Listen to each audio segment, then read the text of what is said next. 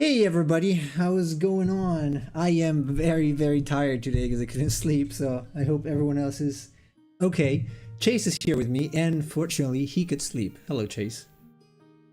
Hey everyone, I will be the awake person for the stream today. Yes, I am very tired. Hello, Bob. Hey, it's been a while. A long time, actually. How are you doing? Going for a walk, stuck up on Pokeballs. Okay. But I'll be back a little later to catch some of the stream. Cool. Yeah, I'd love to have you here. Good luck with your Pokeballs. So we're gonna continue with this Moonshadow Lands Dragon. Hey Bob, before you leave, could you tell me the name of the book that your mother wrote? Man, I think I have it in my Kindle list. I should check. I can probably tell you if I go check my Amazon Kindle list. Not now though. I remember him mentioning that, but I Yes. don't remember if he said the name of the book or not. And I wanted to read it. I don't know if he said so. I know the name though. I mean I have it. So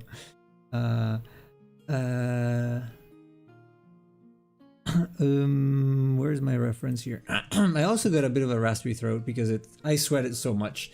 So I have my throat feels like tired and very It's like self-published. Flemish. Oh, that's fine. I'm gonna self-publish my own book, so I don't have to deal with editors.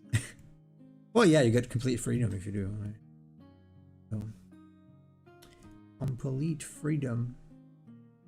Well, the thing is, Sam and I were discussing sending the book to some of the big name publishers, stuff like Tor, which Tor publishes a lot of sci-fi and fantasy stuff.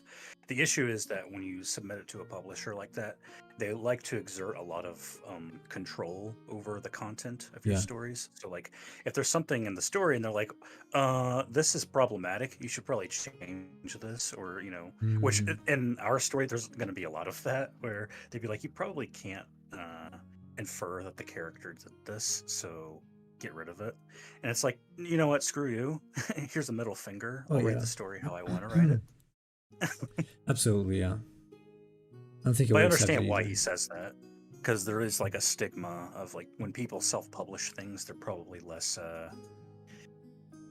and that's kind of the double-edged sword. By exerting so much editorial control, the stigma of self-publication stuff is that it's generally not as good quality compared to stuff that comes from major name. Yeah, there's a stigma, but I don't think it's a true thing, honestly, because like from vetted publishers, I guess you always get the same type of content because of the limitations. So at least you get nowadays you can get real stuff from like the 100% written by a person thing instead of the diluted and watered down version that a publisher decided it was okay to publish.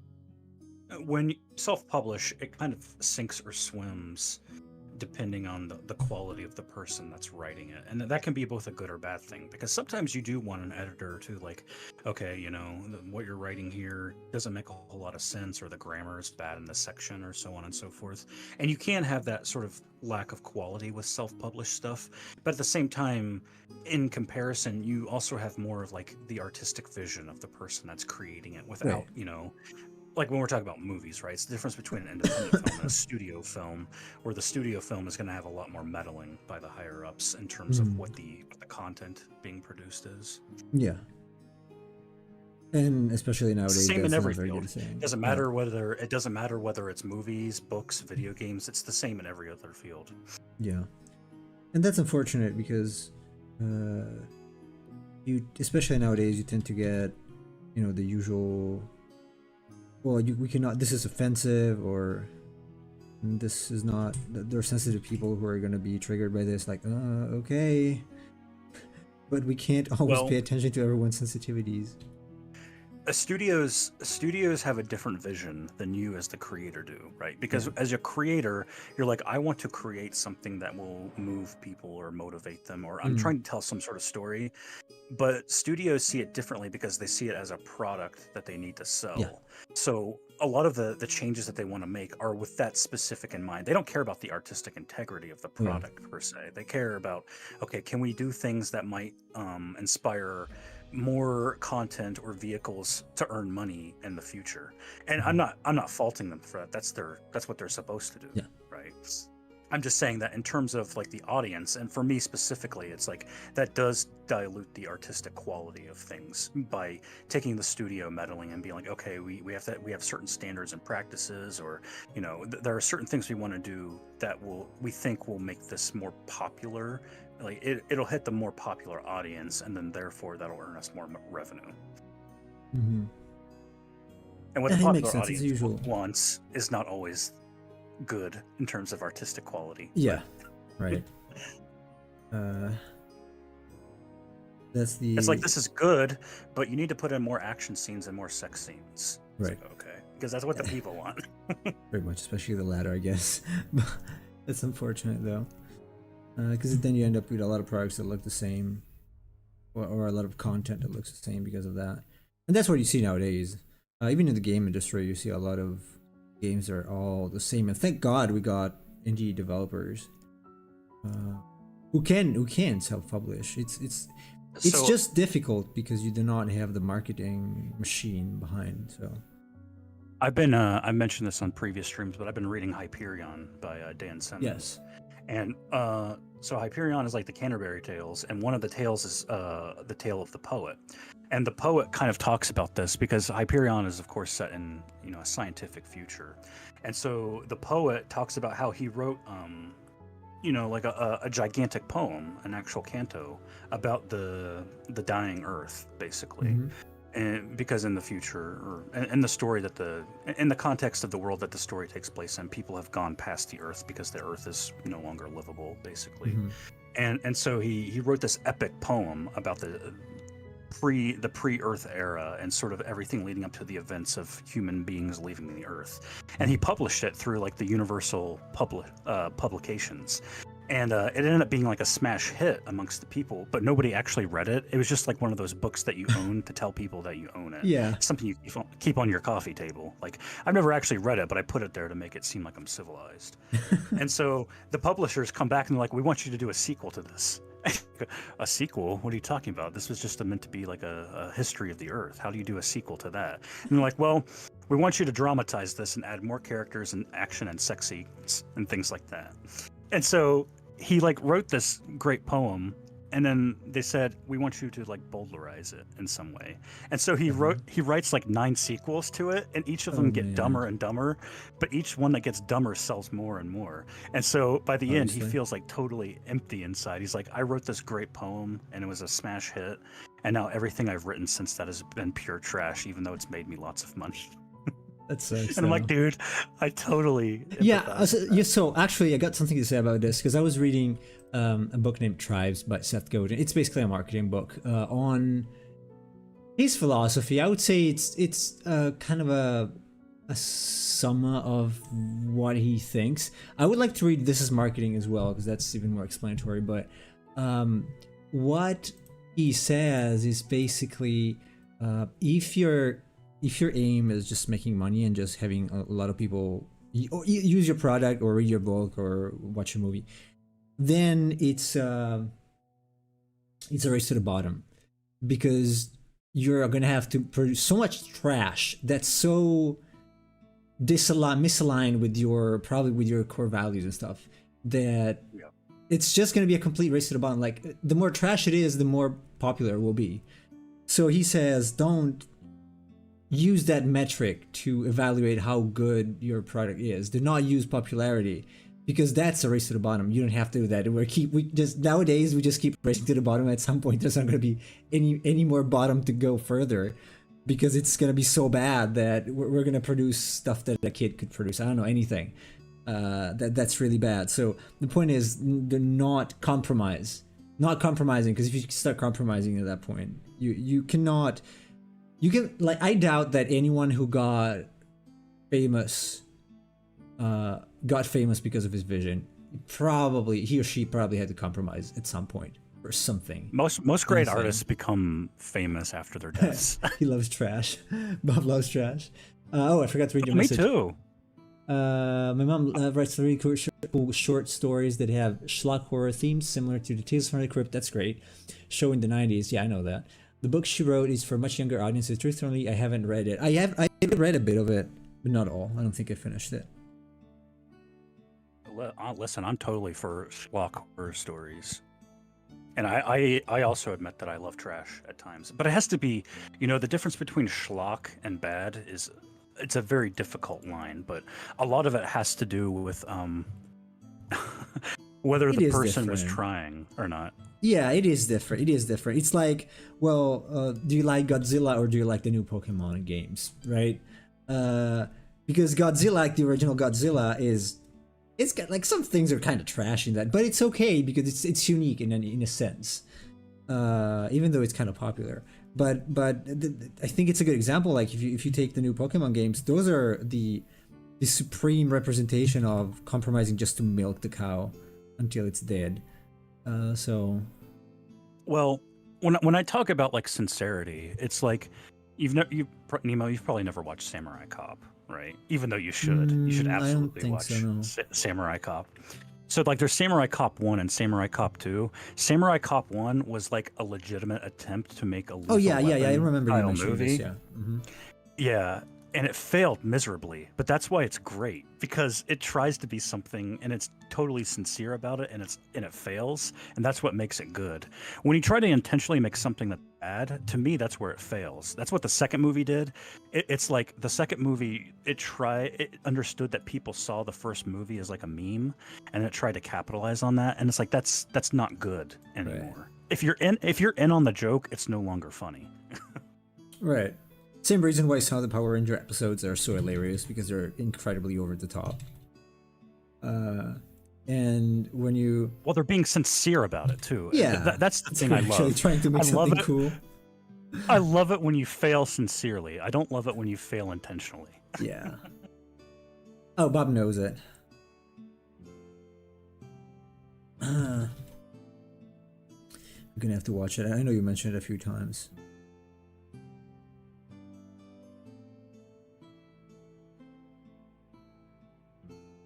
By the way, just today I learned that, I think it was today or yesterday? No, it was today.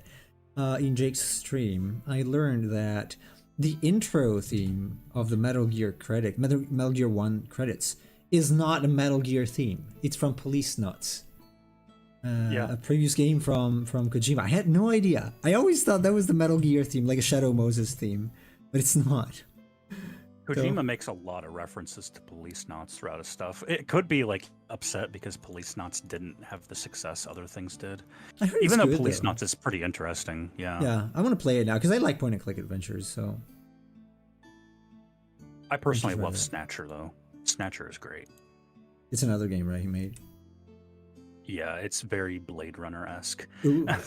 It's like Blade Runner, except the robots are clearly based off of Terminators. I mean, if you take Police Nuts is based off of Lethal Weapon. Yeah, it has that. So it's like Lethal Weapon in space, basically. Yeah, and the characters are same. You can tell. Yeah, the wig is great. That's where you could tell they did reshoots. Well, what is that? He's got a wig. Oh yeah. Well, in the actual movie, he has very long hair, and it seems like at certain points they had to go and reshoot some things, and he must have cut it at some point, and so he had to put on a wig for the reshoot scenes. So you can tell some scenes are reshot; they are different. Yeah. Okay, that's funny. Nemo, I'll send you some clips just of some of the dialogue, especially when he's talking to the nurse. That scene is great. I wonder if I can show that. I could. I think the audio is going to go through. I don't know if you should, because there's some suggestive. Oh, okay. Not then. Suggestive, but explicit dialogue. Okay, then no. That's unfortunate. I'm going to watch them later, though. Huh. As a side note, you might hear a little bit more noise today because I got everything completely open. The window's completely open, the door's completely open because it just can't stand or sit here in a closed room. I was shirtless today the whole day because it was just too much, and I was still dripping sweat. Okay, So Nemo. apologies for the noise. I sent you the YouTube video with the dialogue. The Thank name of you. the video is Worst Dialogue Ever. So Right. you know it's gonna be good. Good stuff. Oh, speaking of movies, I mentioned this before, but Oh yes. Sam and I last Friday watched Babylon 5: The Road Home. Yes. I loved it. I thought it was really good. Probably either my first or second favorite because I really like the movie in the beginning. If you're just a casual watcher, though, I'm not sure you should watch it because it seems very much geared towards the fan base. Mhm. I mean, there's a lot of you could probably sit down and watch it and understand some of it, but not a lot of it.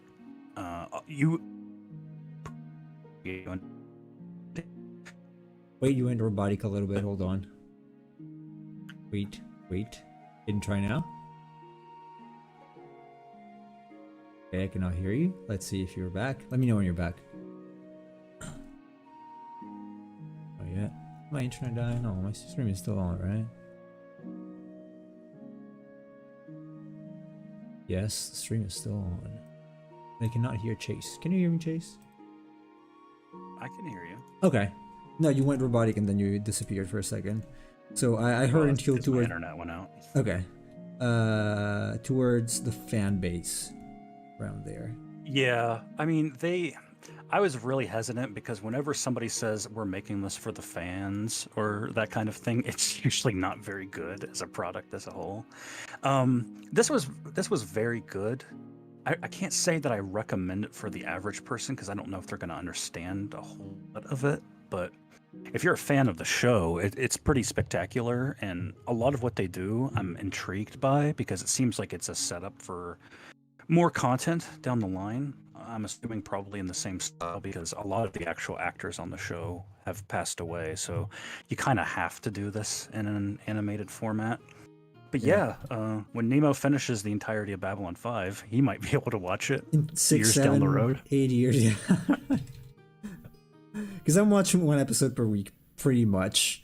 Whenever I have a free lunch, like my mom's not around, and I can do it. I'll probably be able to watch more when I'll be in Japan because I'm gonna have all of the lunches by myself, pretty much. Because I don't have family, so. Yeah, I'm actually looking forward to that because it's pretty good. I prefer to watch that. It's good content versus extremely depressing stuff about AI and how it's taking over the world every day, which is not true at the moment. I think they nerfed a little bit of ChatGPT because it's been giving me extremely disappointing results recently for anything. They definitely nerfed it. It's still pretty helpful for me because I'm using. It's robotic again. Can you say it again? Not yet. Still robotic. I think my internet is working though. Nope, still robotic. Stream's pretty good here. No, it's pretty good. Yeah, 65. Okay, I'm gonna read Bob's message first. What is the Moonshadow dragon from? It's an original character from a game or something. It's an original dragon. It's from our Discord challenge. Smaugust from Smaug from the Lord of the Rings. You know. Let us know, Chase, when you're back. I'm here. Do I sound okay? Yes, you do. Okay, it must have been because my internet went out and I was still in the call when I came back. I don't know. Yeah. What was I saying? When did you stop now? I should have not read Bob's message. You were saying what? Yeah, ChatGPT. You're right. Yeah, I was using Chat. it. I'm still using it for like coding related stuff because it's pretty helpful with that. I actually used it to modify a plugin just a couple of days ago that I was having issues with. But other than that, like if you're asking it general questions, it's definitely not the same as it was like months ago. Mm-hmm. I feel like it's been considerably nerfed. which I can understand, I guess, to a degree, because there are a lot of people who are using it to cheat. So maybe they did it because of that. For some reason, the guy I work with is still convinced to use it to write SEO articles for websites. I'm like, I do not agree with this. It's still the same reason as before. Like, it's a race to the bottom. Keep doing this, just gonna get worse and worse. I'm not like I obviously read some of the things that it produces because I have to copy paste them. I don't want to do it, but I get paid, so whatever. And I'm like, you should not put this stuff online. It's completely useless. I can tell. So I'm getting used to telling AI images apart from normal images, and I am very used at this point to tell apart or to recognize AI content, because it's all the same. Especially, you notice that all the paragraphs have the same length, like pretty much the same length, which is even with ChatGPT 4. So, oh, thank you, Bob. Thank you very much. Appreciate. Yeah, I actually have a lot of sketches that I didn't post yet. So, feel free to post your stuff if you want, because I know it's great. So if you want to post like those Landecker studies that you made some time ago, feel free. Those are great. He's a really good artist, a really good traditional artist. From Watts, that's how I know him. So you know that he's good.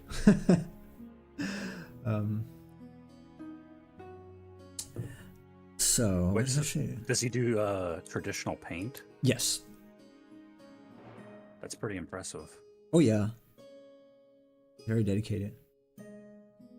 Yeah, you'll see it. You'll see when you see his stuff. It's great. It's really awesome.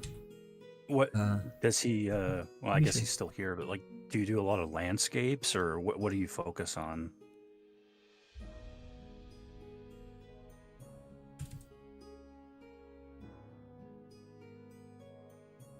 Let's see if I'm able to find it.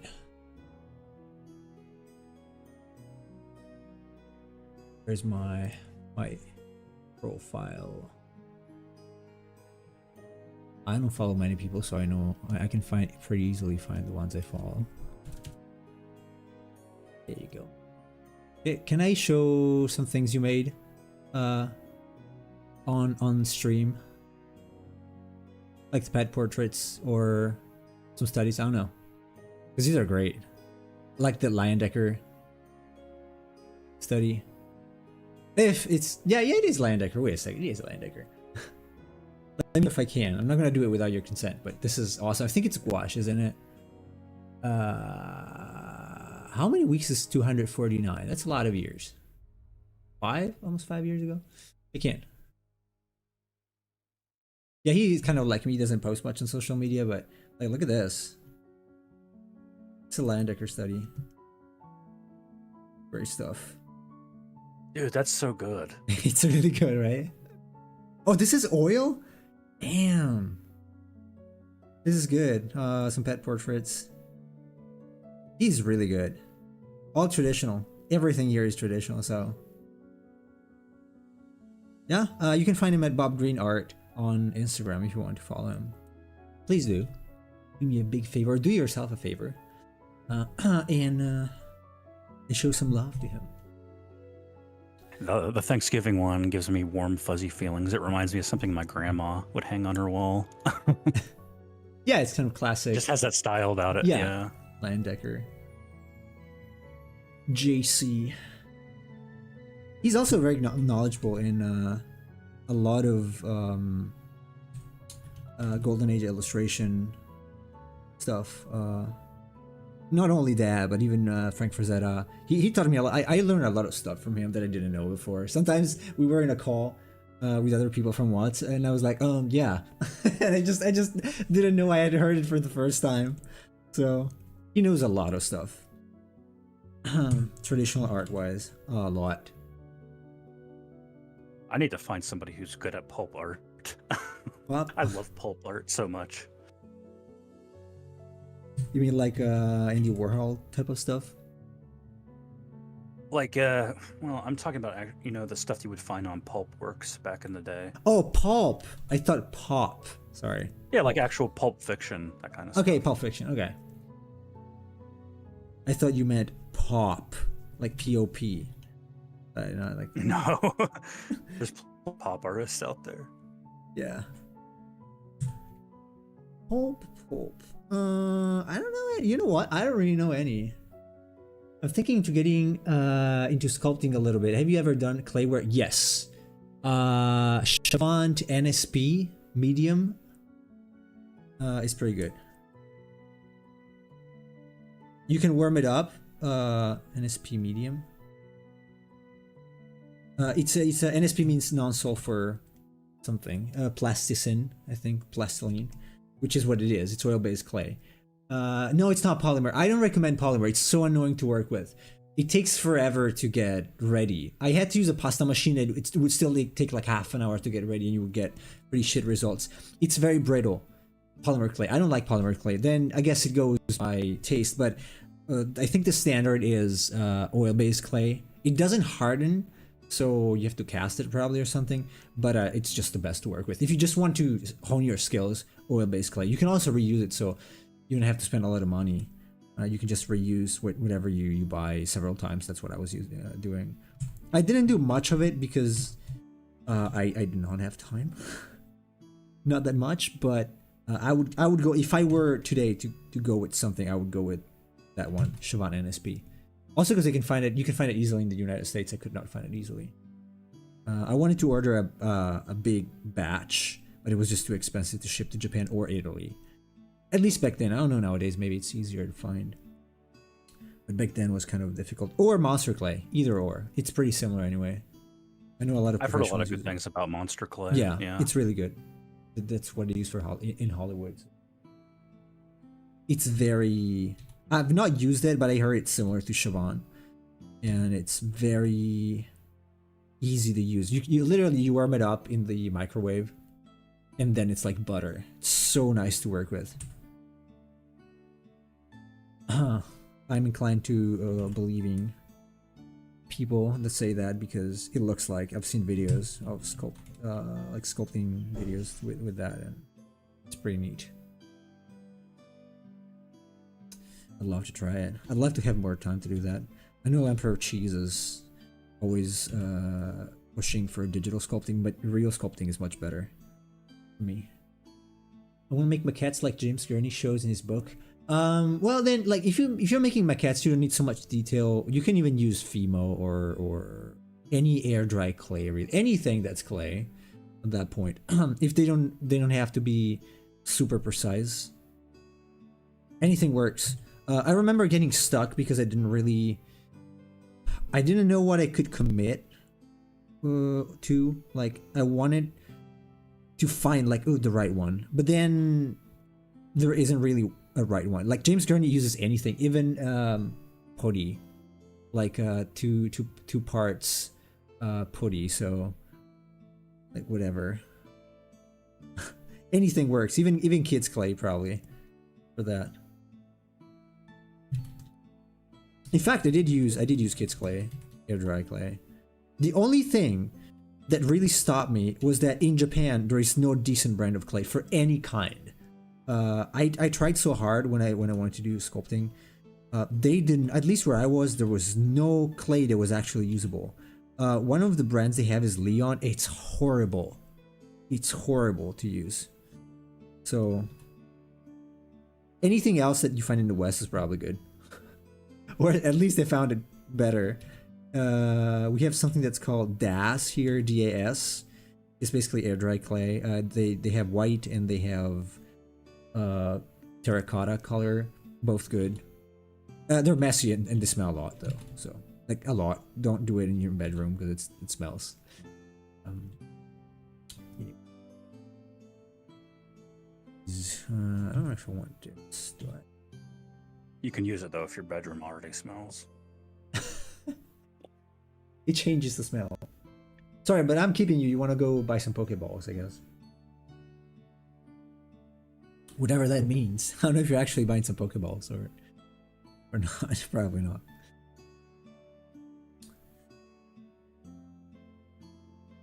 Gotta go to the Pokemart and spend my Poké dollars. Yes. That's what it's called in the English version. I'm pretty sure in the original Japanese it's just yen, isn't it?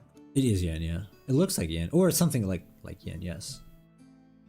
And the conversions would make more sense if it was yen, because it's like, you buy a poke ball for 300 poke dollars, and that sounds like a lot, but if you realize that it's yen, it's like, oh, 300 yen, so it's like $3. Yeah. Yeah. Yeah, it could be. Yeah, I believe. All right, Bob. I'll see you later. We'll see you later. Have a nice walk. We're gonna be here another hour and a half, so taking walks is good. I wish I didn't actually. I was supposed to go to the gym today, but I was so destroyed. I didn't. This is the first time I actually skipped going to the gym in the whole season. I did not skip a single day until today because I was really dead. I was brainly and physically dead this morning. Then I did some NSDR. I kind of recovered a little bit, but man, it sucks not to sleep for the heat. It really sucks. It shocks big time. This looks like an ear.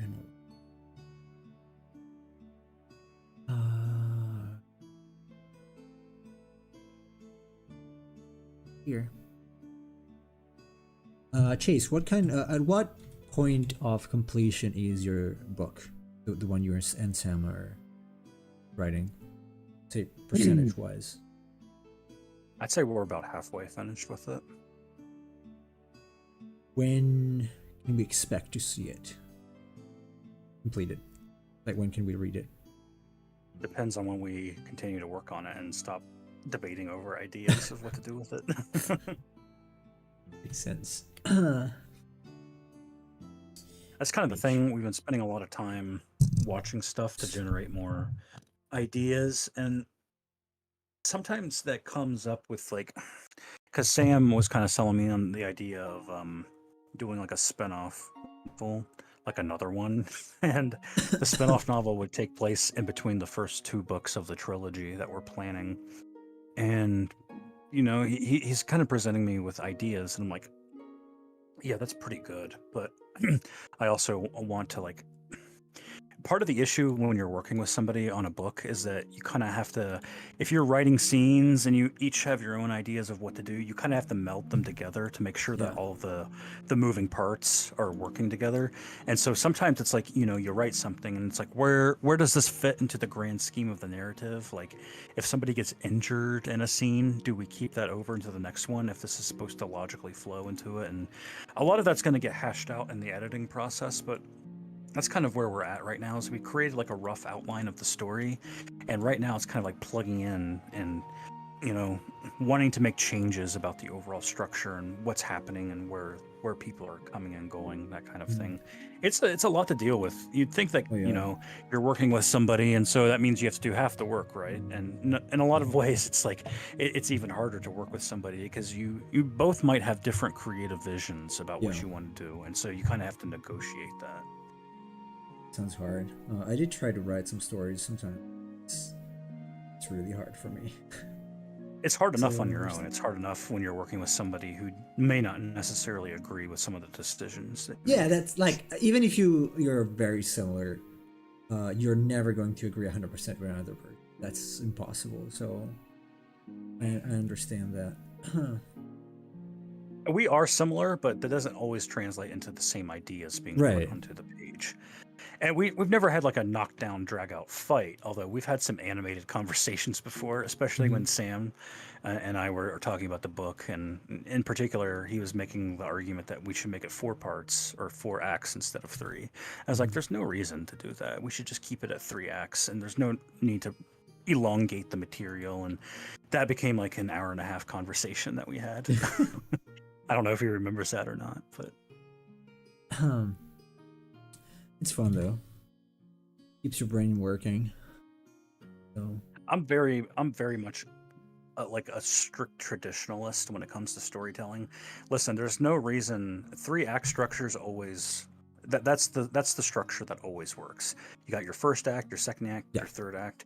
You keep it like that, and you really can't go too wrong unless the content itself is bad. But keeping a traditional structure, and so many people try to elide the traditional structure of storytelling just to do something different, and most of the time it fails, in my opinion, because they're trying to be too different to the point that it becomes incomprehensible.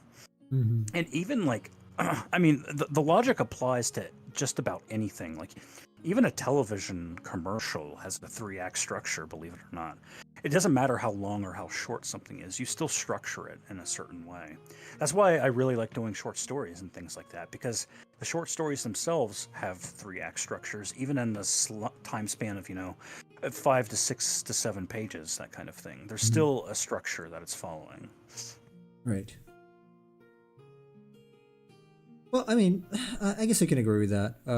I do like traditional styles. I never bought into alternative types of narrative like James Joyce. I don't know if he was using the 3 acts, but it kind of sounds like he was a little more, from what I know, I don't remember much. I studied in school, but a little more experimental, I guess. I don't know if I would. You're talking about like Ulysses and whatnot? Yes, that kind of stuff. Some of his stuff is a little more traditionally structured, but Ulysses is kind of an odd one out. And his yeah, I was referring to that specifically because the one I remember and all the strange words he used. So we did it for English class, and I was not a fan. I was like, "What is this guy doing?" Yeah, Ulysses uses stream of consciousness as part of its narrative, and that can always, that can be for better or worse when it comes to storytelling, because the idea is like with stream of consciousness is that you're not focusing on one thing. It's meant to replicate thought, and your thoughts tend to go all over the place when you're thinking. So it isn't like you just stick on one subject and go with that sort of mode of storytelling. It's the whole point of stream of consciousness is it's like the stream of a river, that kind of thing. It's like some things go by, some things stop, some things are flowing, and just it's always constantly flowing. It's always motion, and you're always moving from one thing to the other. That's kind of what he was trying to do. Let's see. Anyway, can you guys hear too much noise from my side? Can you hear noise, Chase? I cannot. Okay, good. That's that. The mic is doing a good job suppressing my mom sneezing. She's on the other side of the house, but I can hear pretty loud here. It's like there is a tunnel towards this room, so any sound in anywhere else in the house, I can hear it here because I don't know the structure, I guess. So it's pretty annoying. I'm glad that it's not that loud though on the stream or at all. It's coming along pretty nicely. Not sure about the head yet, but it's pretty good. I watched The Maltese Falcon last night. Which, if you've never watched The Maltese Falcon, you really should. It's an incredible movie starring Humphrey Bogart. It was 1 year before he was in Casablanca, which, like in the span of just a couple of years, he did The Maltese Falcon and Casablanca and things like that. It's just I don't want to talk about it too much because I don't want to spoil it, even though it's a movie from 1941. But it's definitely worth going out of your way and watching. Especially his performance is just incredible. What's the name again? The Maltese Falcon. Oh, I heard about it actually. I think it was based on a novel. Name rings a bell. I got a lot of things to watch. It's so little time. In fact, I've been trying to. Thing about being busy. Oh yeah, I don't think I've passed. So when I was a small kid, I was always pestering my mom like, I don't know what to do. I don't know what to do. And over time, I just found what to do. Now I have too many things to do. So I stopped listening to. It's a shame. My mom's advice. Looking back at all the time that you wasted when you were younger. Oh yeah, I hate that. I actually know I wasted a lot of time when I was younger, and I regret so much. I could have done so many more things, and I could have taken better decisions had I known the things I learned later, because I started using the time to study and productively anyway. I would be much better at drawing now if I had not spent so much time first complaining I had nothing to do when I was smaller, much smaller. But okay, I guess it's venial because I was very small. And then playing video games later. I kind of regret that because it was really too Yeah, much. but it's not good to dwell on that kind of thing because you just got to use the time you have now because you could make that argument all the time, right? Like even if you were Yeah. using your time wisely, there still wouldn't be enough time to do everything you probably would Yeah, have probably, wanted yeah. to do. Probably. Hey, Saman. Oh, hey, yo. What's up, Saman? How's it going today? It's really hot here. I did not sleep. So, I apologize for my kind of raspy voice. Raspy, tired attitude. I'm Yeah, hoping I to slept a sleep. lot because I went to bed like at a pretty good time. I think I fell asleep like around 9 p.m. or something like that because I was just so exhausted yesterday. And then I woke up at 11 p.m. and I was pissed because I think I woke up that early because I did the previous night, and so my body was getting adjusted. And I was like, no, no, no, this isn't gonna happen. So I popped 2 sleeping pills and went back to sleep. Better. That's what my mom told me. Like, you can't sleep. It's if it's too hot, just use sleeping pills. I'm like, nah. I'm resisting as much as I can without medicines because I know I would abuse them to a degree. Anytime I cannot sleep, then I don't want to do that. I already got my trusty earplugs, so I'm gonna make them suffice. Well, I do not abuse them. I use them sparingly when I know that I'm not going to be able to sleep otherwise, and I'm focused on trying to get a good night's sleep. Yeah. Oh, you say that, but if you want it back, you will do it again. I know I will. Wait, which part? I'm too sleepy to remember. When it comes to wasting time, Well, yeah. wasting time. Well, dude, no, I wouldn't. I would not do that. I'm 100% sure I wouldn't. If I had the insight, but that only comes with age. That's the problem. Only when you realize you actually have wasted time, you can. Yeah, what he's saying is if you go back in time with the same mindset and insight, you're going to do the same things again, which is probably true. I think what Nemo is saying, if he went back in time with the insight that he has today, it would Oh be yeah, different. obviously, yeah. I don't think I would do anything differently if I had the same mentality that I had when I was a kid. There would be no reason to do differently. I would have to have some insight that I gained by getting older. And that is a lot. It's a lot. I wish I had it before, certainly, in a way. But at the same time, it would be impossible. Would have been impossible because the only way to get insight is making mistakes. So, hello. I guess it's Nix again. Привет. Good morning. Does it mean again? The first name is Elizabeth. Yes. That's Elizabeth, and But she said her name was Cora. At some point. I don't know. Sorry, I do not remember, especially not today.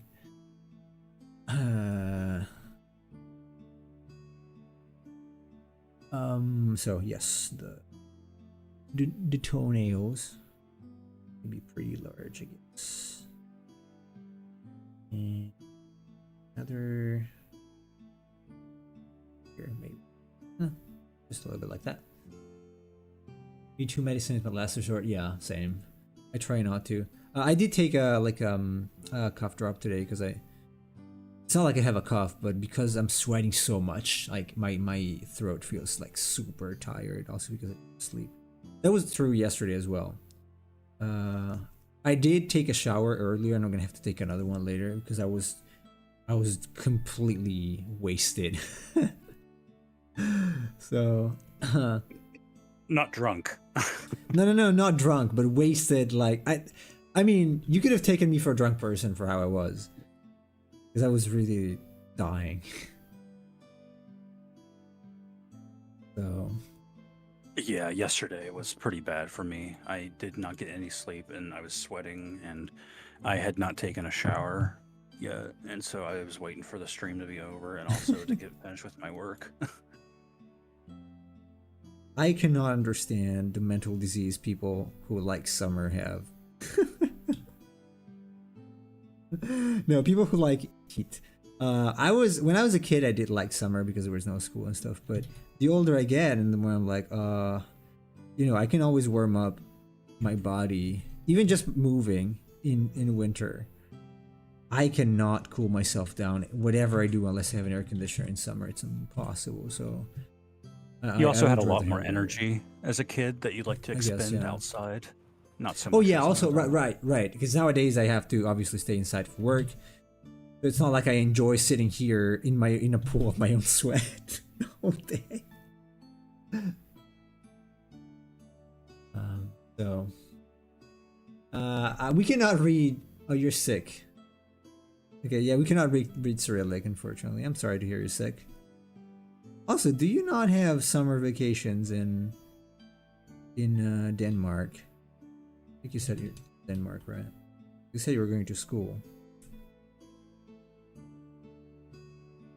But I was assuming everywhere in the West, except Switzerland probably, has summer vacations. Like I know the U.S. does. Still summer vacation out, right? It depends on where you're at. They might have gone back to school by now. Really? Already? We go back to school in September, usually. We got about 3 months off, which is a lot. Admittedly, probably too much. But I did enjoy it.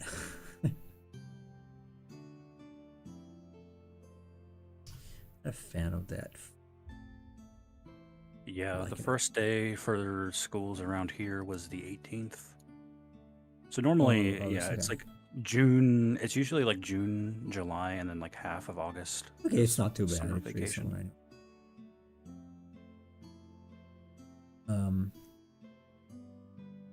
Now it's something we'll have to change here. Obviously. This is wrong. This is wrong. Me Let's too. get Summer sucks. You will be sweating for doing nothing, and I turn 3 shades darker. I don't turn darker. I'm pale, so it just turned completely red. It depends. Like for me, I get darker if I am exposed to the sun, obviously, because my skin is fairly dark, and usually then I turn back gray in winter. But yeah, I hate it because of sweating. My skin is so fair that I have to like. When we went to Florida years ago, I had to lather myself in like Ooh, really? sunscreen, and I still got it bad the next day. Burnt. All I can get over my burned, but back, not as my bad. chest, and my arms, and my Oh, face. It was awful. It's You couldn't even hug me without causing intense pain. okay. Who needs hugs, right?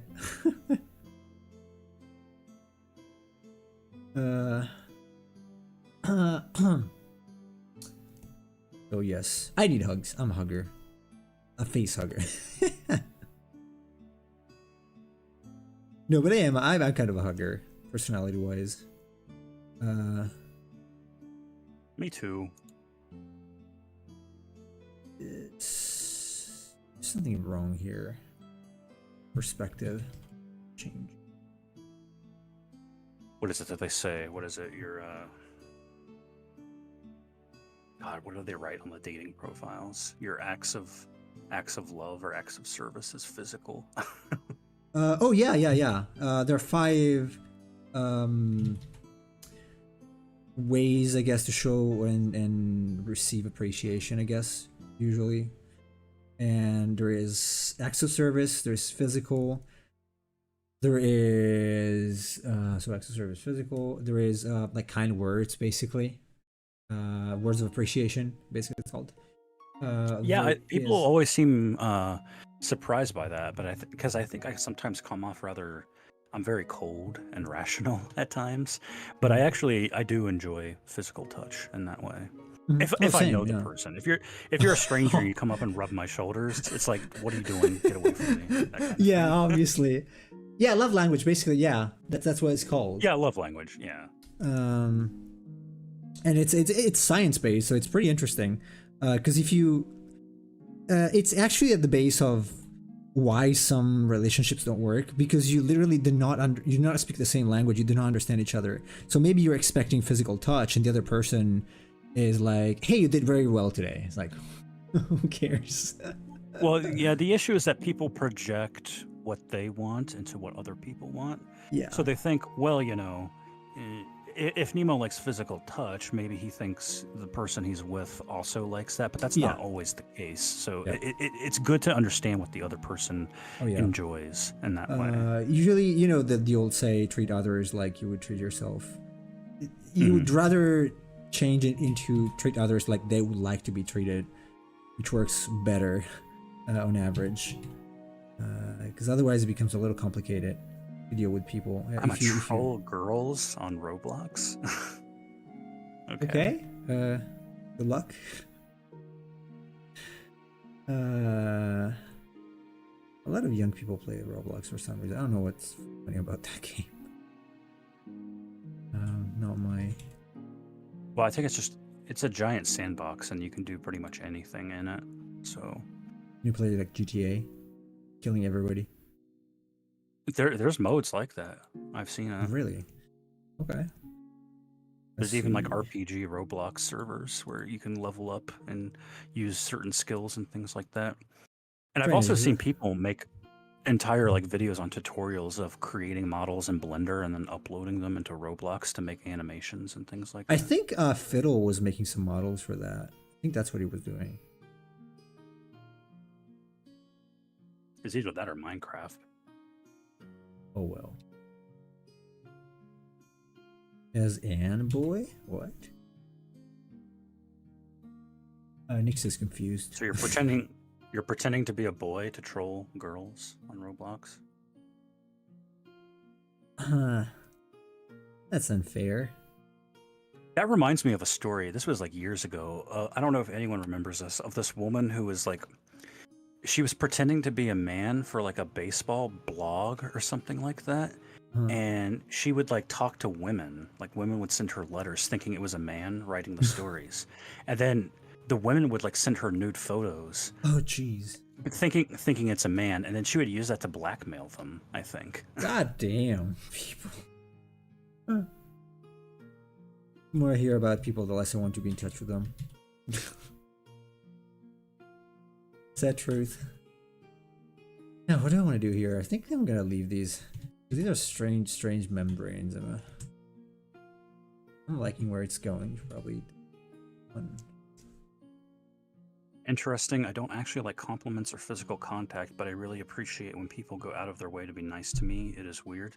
Well, it's different for everybody. What do you mean to be nice, though? What do you mean to be nice? Because so one of them is like receiving help. Cooperation, basically. Cooperation is one of the 5. Is that what you mean? Like actual factual help?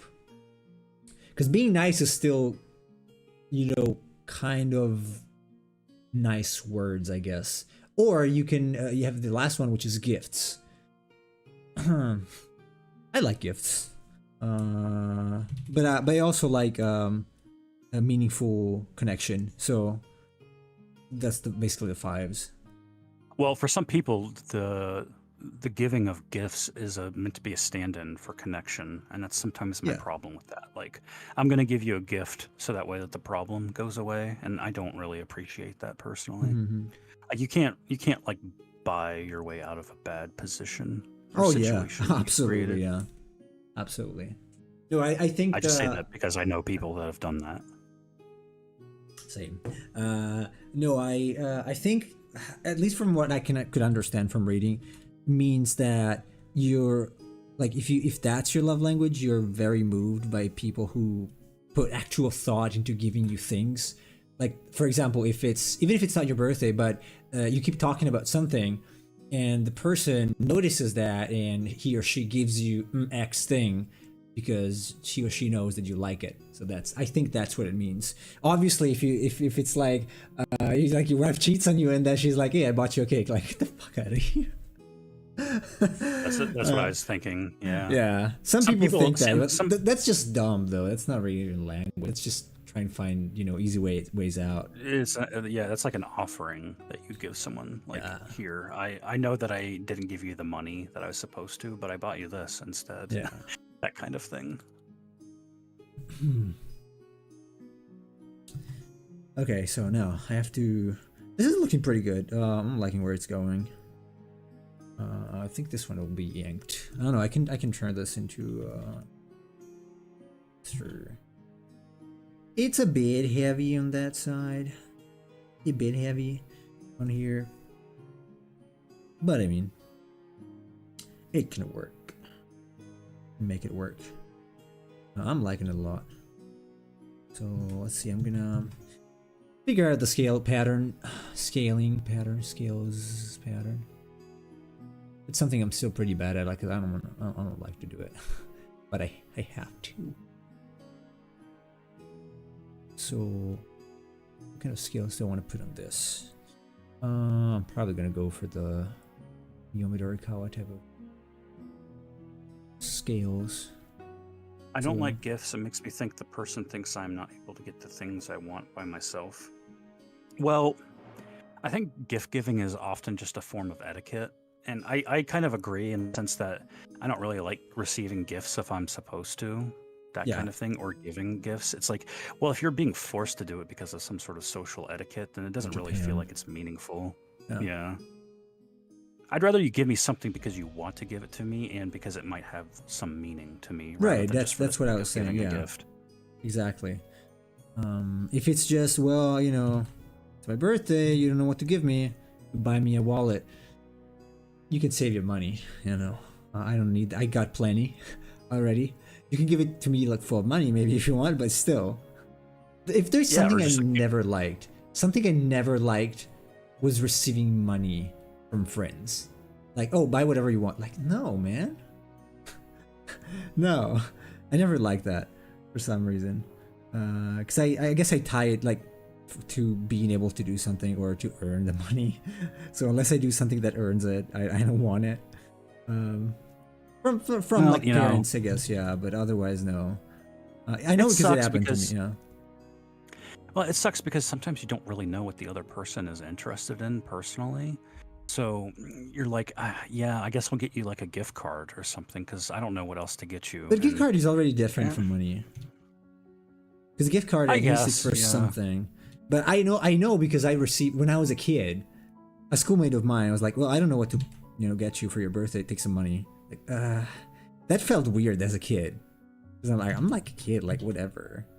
We're schoolmates. We're spending time together, so you should know what I like. I understand what you're saying because people will buy me stuff like, hey, I know you like video games, so here's like a gift card for Nintendo or something, so you can use it on something from a system. I don't know which games that you're into personally, but I know that you're into them, so here's a gift card so you can buy. That's still kind of thoughtful. That kind of thing. Yeah. That's still kind of nice. Example, I like it when people go above and beyond when I ask for something. Okay, so you like a cooperation basically. You like acts of service. When I was at school, I had one friend that would. That's how my wife is. She likes acts of service, basically help of any kind. I had one friend that would ask me to translate, but in return, he did all my homework without me asking. That's nice. But it's not very useful for you because you did the homework to learn things. So was it really an act of service? Who knows? Who knows? I don't really care about acts of service, honestly, because I feel like I can do things. It's the same thing you say for gifts. Like, obviously I can buy things for myself, but I can also do things by myself. I like to be independent when I do things, so I don't really care about, people doing things for me. Also, because usually I don't like, I kind of agree because I think I like it when people do things for me that I can't really do for myself. Yeah, maybe, yes. And oftentimes I think physical touch is one thing. Like, I can touch myself, but it's not the same thing. It's a little more meaningful when it's somebody that you love. Oh yeah. Yeah. It's like I did the dishes and I cooked dinner. It's like, well, I appreciate that. But at the same time, I'm an independent person. I can kind of take care of myself. There are certain things I can't do by myself. Yeah. Yeah. Bob is back. And Bob shows up as soon as we get raunchy. Of course. No, Bob, we're talking about love languages and how, people express appreciation differently. Yeah, And right. Some people like physical touch, some people like acts of service, that kind of thing. Yeah, and just trying to figure out what everyone likes. Saman likes acts of service. I don't. I like physical touch, and so does Chase. So it could be anything. Like it could be even like Emperor Chi shows up now. There you go. Whatever he likes. I don't know. Oh, sorry. I meant to click the air horn. That's fine though. What was I saying? Like for example, it can be like even you have a very close friend who's trying to comfort you because maybe someone you lost, you cared about died. I prefer a hug over the person doing something for me. For example, like hey, I'll take care of that because you can't. I'm like no, just hug me. It's fine. I can do it. I've got enough stamina to do that myself. But the emotional comfort, I cannot get myself. I can hug myself, but or a pillow, but it's kind of weird. So it's the same with words too. It's like there's nothing that you could tell me in this situation that makes it better, and that's why I normally don't say anything. I do tend to just walk up and hug someone when they've gone through something bad because nothing I say is gonna do that. But maybe having some sort of hug or touch and letting someone care that you care might help them. Again, the problem is that maybe the other person doesn't care about that, so it's really sometimes tricky to find out. The best way is just if you're very close to the person, just ask. So, or you notice patterns. If you're attentive enough, you just notice the patterns and you notice that it's an intuition. Yeah. Also because you tend to replicate what you like. So again, like Chase said, he does what he thinks would be good. So any other person would do what the person thinks. So I know that my wife likes acts of service because she's very helpful sometimes, and she thinks that's what I need, but I don't because I can do things by myself. So, I'm a huggy boy. Yeah, but yes. you shouldn't discount that though. You should still show appreciation. Oh, absolutely. Yeah, if you're intelligent enough, you should appreciate what the other person does. If you're the one who knows, because the other person might not know. So, it's about being emotionally intelligent. So, if you are the one, basically, I'm 100% in favor of taking 100% responsibility, or at least as much as you can, for what happens to you. So, well, you know this. So, if the other person does not understand yet, or maybe he or she is not smart enough to understand, whatever it happens.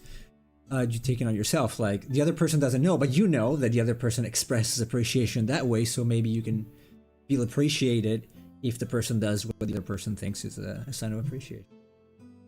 If you're getting into a relationship with a person, though, this is something you should probably hash out very early on, because otherwise, this could lead to very big conflicts in your relationship.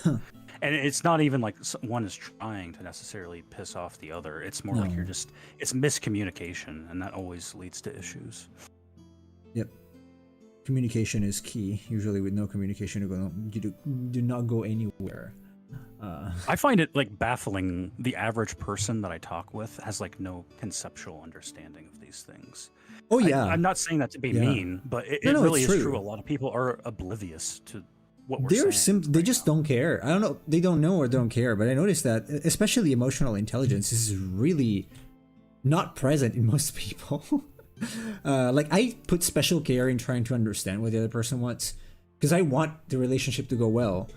But I noticed that almost nobody does. Not saying this because I feel like I'm better, but I think everyone should. Well, emotional intelligence at its core is parsing information and then understanding the reasoning behind that information. And it seems to me that a lot of people are bad at parsing information and understanding what causes things. So they're very bad at emotional intelligence. To me, it's like second nature. It's like I can read a person's body language or how they're talking or what they're saying, and then be like, okay, I've got a good idea of who they are and how they're feeling at this time. Yeah. But it seems to me a lot of people are just totally in the dark when it comes to that kind of thing. Like they have no idea how to react. Pretty much. Well, I didn't think so. Yeah, kindness and expression of care comes in many ways. Yeah, usually five, traditionally, I guess. According to some studies, I think the name of the guy is Chapman or something. You can probably find him online. I personally do not like really being touched. It's something that usually comes with affection. Yeah, but that's what we're talking about. Not really bro hugs. Like I have to separate. Like I prefer from a romantic relationship. Yes, from friends, I prefer quality time, for example. So Right. it depends. Like you can What you separate want, different yeah. things. What you want Uh, from a relationship with like a woman is different than what you want from yeah. your friends, obviously. How is emotional intelligence? Like you is it a question like how is emotional intelligence, because intelligence and emotion are different? That's what you mean, Simon? Let me know. Let us know. Emotions and intelligence usually don't go well. No, I disagree with that. You have to use your intelligence to understand emotions so that you're not prey of emotions. You can control your emotions if you use your intelligence for that. If you know what if you know what your personality is and what your love language is, you can absolutely control your reaction. You can respond instead of reacting, basically. Because at some point you just know what's going on. You can stop it. I think what Nemo is saying here is that emotions and intelligence have a synergy with one another. And what you're saying is like people that are overly emotional are often not acting intelligently, but that's not because emotion and intelligence are at odds. It's because you're not employing both at the same time. You can be emotionally intelligent, which means that you're using your intelligence to discern and understand others' emotions, but you don't want to go to necessarily in one direction. You can be totally intelligent and emotionless, and you can also be totally emotional without intelligence. But Hmm. that doesn't mean that there isn't a natural synergy between the two where you can use your intelligence to understand emotions. Right. I generally try to apply the same principle to everything. So much like I try to understand concepts of science and whatnot. It's still science, so it's still biochemical things going on and firing. So in the end, you can make it a point to just understand people. Like for expressions. Expressions is another big one. You have to be emotionally intelligent, or apply your intelligence to emotions so that you can understand expressions. And that's big because if you learn how to read micro expressions, your interactions with people will change a lot. Um, Yeah.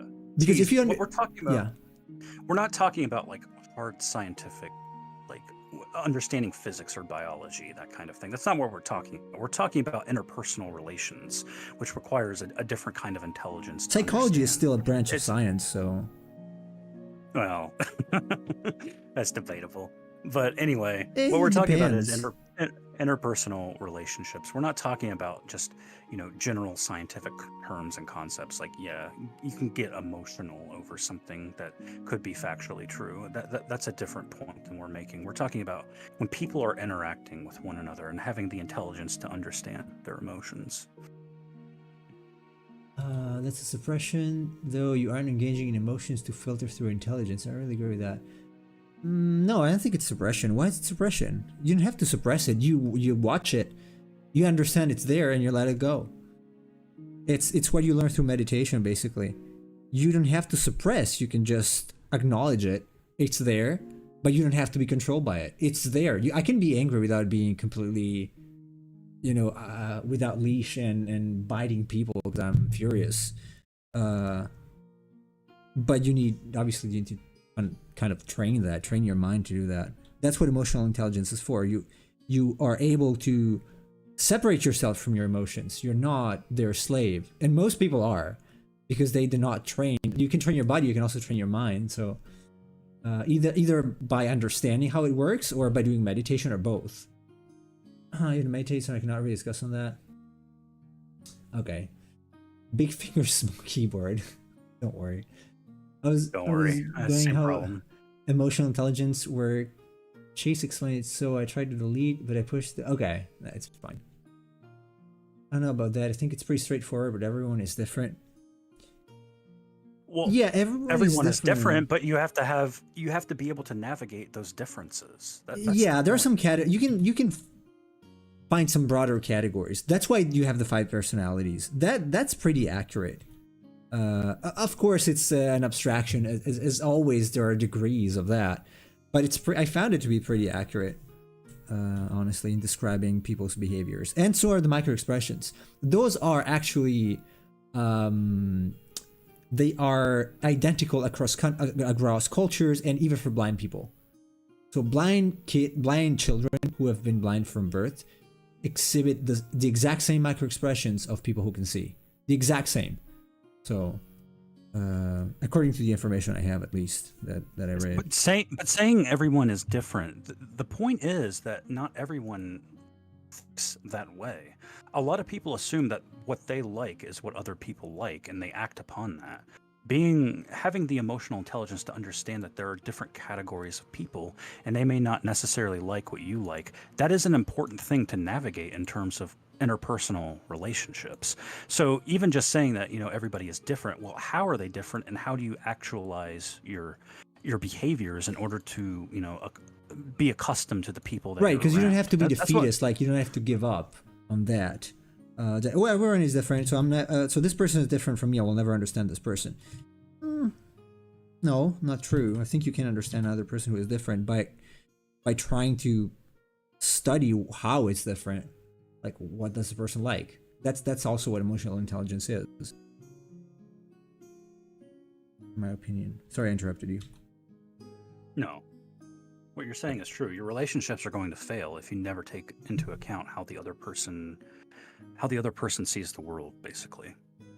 Mind you, they can still fail because you need two to tango. But sure, relationships are filled with various variables. Yes. But the overall point is, like, if you want to make a connection with somebody, you have to understand how a person sees reality. Whether it's at least you don't want to be the one who causes that, right? You want to do at least your best to be in a position to say, okay, well, I did my best, literally, so whatever. Well, you can still do that. I'm just saying that sometimes it gets overanalyzed. It's not that hard for me, at least, to read people. Usually 5 minutes is more than enough. Oh, it's less than that. Like, to actually read it. Usually it happens in about 300 milliseconds. Usually. And you're pretty correct most of the times. What I'm saying is not speed reading a person, just understand how to deal with the person. Because this is assuming that you have emotional intelligence. Right. What we're talking about is the fact that people lack this, and so they can't make these kind of character judgments right away. I put it more in a way like they're not willing to sit there and understand what they do and why they do what they do and why the other person does what the other person does. Also. Because given that maybe we have an impression of, okay, I don't like this person. Okay, why?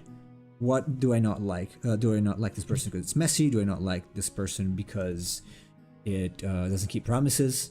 It can be many things. And I think it's important to understand, because at that point, when you know what you like, you can also align yourself with people, ideally with people that have those traits that you like. You know what you're looking for. Why do you think Nemo and I get along so well? We're usually on the same wavelength. Oh yeah, I'm very emotional, unfortunately. I am too. I'm high in neuroticism. Not super high, but kind of high. I'm bad emotional because I keep my negative emotion to myself until I explode. I take active actions to let my opinion. It makes people understand. Yeah, it's better. But again, it's also like you don't want to do that with everybody. Because if, like, I am high in neuroticism, so I tend to worry. It's not only about worrying, it's also about trying to prevent things from happening. That's what high neuroticism is. So coupled with high conscientiousness, we'd also have means that I plan, and I try to plan ahead in a very annoying way for people who are low in that. And my wife, who is low in both, cannot take any of that. So if you do what you said, if I go to her and complain about something, she's going to be completely overwhelmed. So that's not a good way to do it to some people. You can do it with people who you know are first agreeable or empathic, and people who are similar to you and can understand what you're saying. Ideally, if you are high conscientious, for example, you do not want to have a partner who is low. But sometimes you don't know, like I didn't know, so it's fine. You can still compromise or Yeah, optimize at some it's point when you're it's not the there. only factor, but it is an Yeah. important factor. Uh, the best thing would be to just match yourself with someone who has a matching, or to align yourself with someone who has a matching personality type. Like if you're high neurotic, you want someone who is maybe not super low, but lower than you, so that you do not both freak out when something happens. Uh, so, but ideally, I'm gonna say something that's a little. So most books or most studies say that, well, there is no good and bad personality types. I think low conscientious personality type is kind of dangerous because it's all over the place and makes bad mistakes, and also very very very low neuroticism, because you need neuroticism a little bit to be able to predict what's going to happen and prevent disaster. Well, I people think, with low conscientiousness typically avoid planning ahead, so they're kind of yeah, going through life by the seams of their pants. That's yes, usually not a very good way to navigate life. It's just by yeah, doing things on the spur of the moment. So if you're somebody that is very meticulous, or you like to sort of someone like me who kind of thinks about the future, and I try to like develop theories or hypotheses about the future. If I'm paired with somebody who doesn't think about the future and only thinks about the now, it's probably not going to work out too well, because I'm it's gonna not be the really kind of hard, spur of the moment frustrating. impulse buyer kind of mentality. Yeah, also because someone who plans ahead usually likes to have a schedule of some sort, so you know what you're gonna do. You're not gonna be like, okay, well, oh, I'm gonna go out now and I'm gonna tell anybody. I'm gonna come back at midnight. That's what low conscientious people do usually.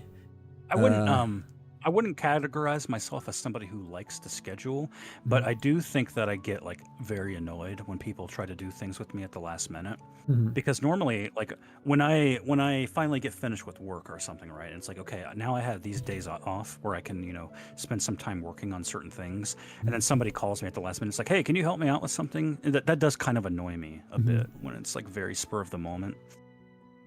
Yeah, same. I am pretty high in conscientiousness. I think I had like 80% when I took the test last time. So I do like to plan, and I don't like unexpected stuff.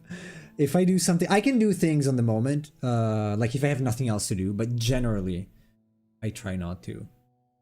I'm not a planner, but I try to stop bad things from happening. Like cut the seed off the sick tree and get the tree afterwards. Yeah, right. A very low neurotic person, like a very low neuroticism, does not notice that. Prefers to cure than to prevent. I cannot agree with that. I don't think it's a good thing. Yeah, Uh, low neuroticism is typically the sort of person that's like, I'll ask for forgiveness, not permission. That right. kind of person. They'll do something bad and then hope that you'll forgive them afterwards rather than asking for your permission to do it beforehand.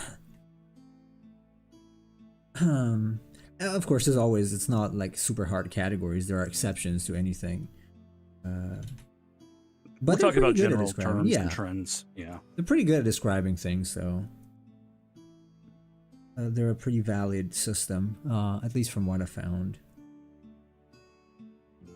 personally. Yeah, it can be a bit alien to me. I'm not really emotional. You are a little bit emotional,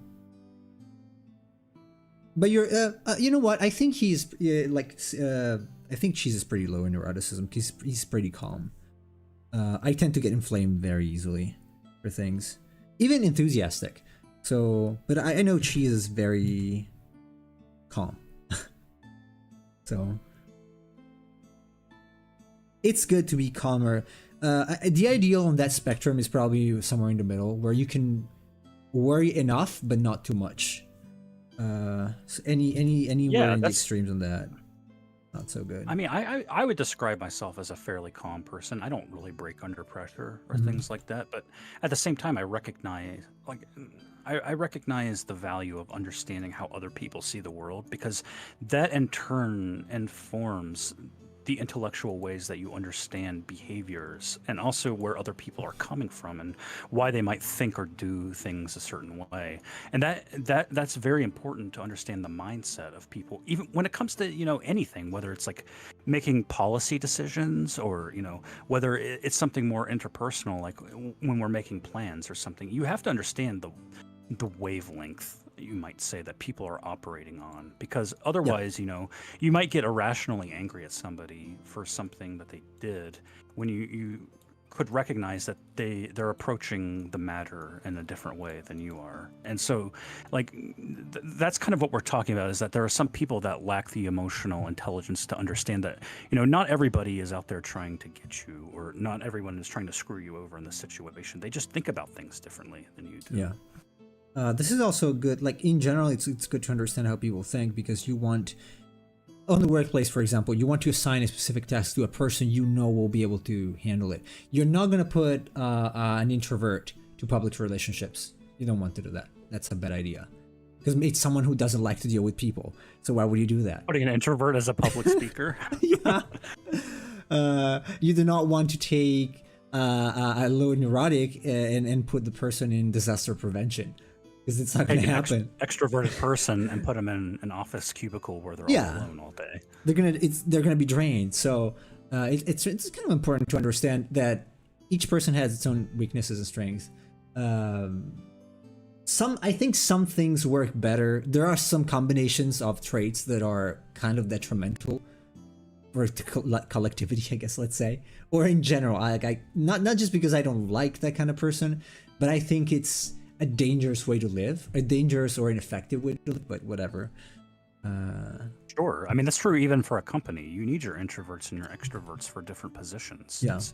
It's a combination. You can't just have one or the other. Not everyone can be introverted. Not everyone can be extroverted. Right. Because those people have different skill sets, and those help you out in different ways. Yeah. And going back on the neurotic thing, you can have a neurotic person in charge of security, but if something happens, you don't want that person there. You want someone who is low in neuroticism, so that he or she can take care of the situation without fretting. You don't want a person that's afraid of confrontations to be the head of your security. You want somebody that is willing to go into difficult situations with a level head. Yeah. That's why I don't think like high neurotics can be soldiers. Good planners, but probably not good soldiers, because in that situation, I would probably break in a tense situation. Oh. Also, I don't like orders. Well, you're also not good at taking orders. Yeah, I was gonna say that, right? I'm relatively calm and cool. If I do get concerned or worried about something, I do tend not to show it that in public, so also introverted. Usually it keeps order and calm amongst everyone else. I do become a sponge for people that have concern, and many times you just keep cool and see what's going on. Yeah, I'm not able to do that. That's why I take active action to tell people what I think. It helps me understand what they think when they respond. You don't want to strawman. Yeah, understandable. Anyone doesn't want to join my militia. No. I mean, I probably can if I have to, but... I would not want to be a soldier. I would probably be more fitted to be like a tactician or a general. Yeah, same. I want to be the one making the decisions and thinking about things ahead of time. Same, yeah. That's where my talents probably lie. Same. That's why I spent, like, when I was playing RTS games, I would spend a long time preparing my base and strategizing and whatnot. Rather than just, jumping into action immediately. Right. Like, what's the plan of attack for this map? That kind of thing. That's what I like. I'm going to scout the map and try to understand how it works. Though not always. Like, sometimes I'm just whatever. In any case, it's a game. In real life, I tend to think ahead. Like, when I'm playing StarCraft, do you think I want to be one of the Marines? No, I'm the one telling the Marines where to go. Right. Yeah, I would rather like that versus being there, and because I don't know if I can decide well under pressure. Probably not that well. No, cheese, not Age of Empires. I was referring to Age of Empires when I was a kid, though, not now. I've always been the same. Nobody likes that game except for you. Excuse me. My throat. I went from just drawing the contour, cross contour, to actually doing the the scales at this point, which is pretty good though. Pretty good. To be honest, I would make a terrible tactician. I can't handle the repository for other lives. I guess that's a little different though. Than being, because we're literally talking just about either you're on the field or strategizing. So would you rather be on the field? Because if you freak out in the field, it's a problem. If you say you're highly emotional, that's problematic if you want to be a soldier.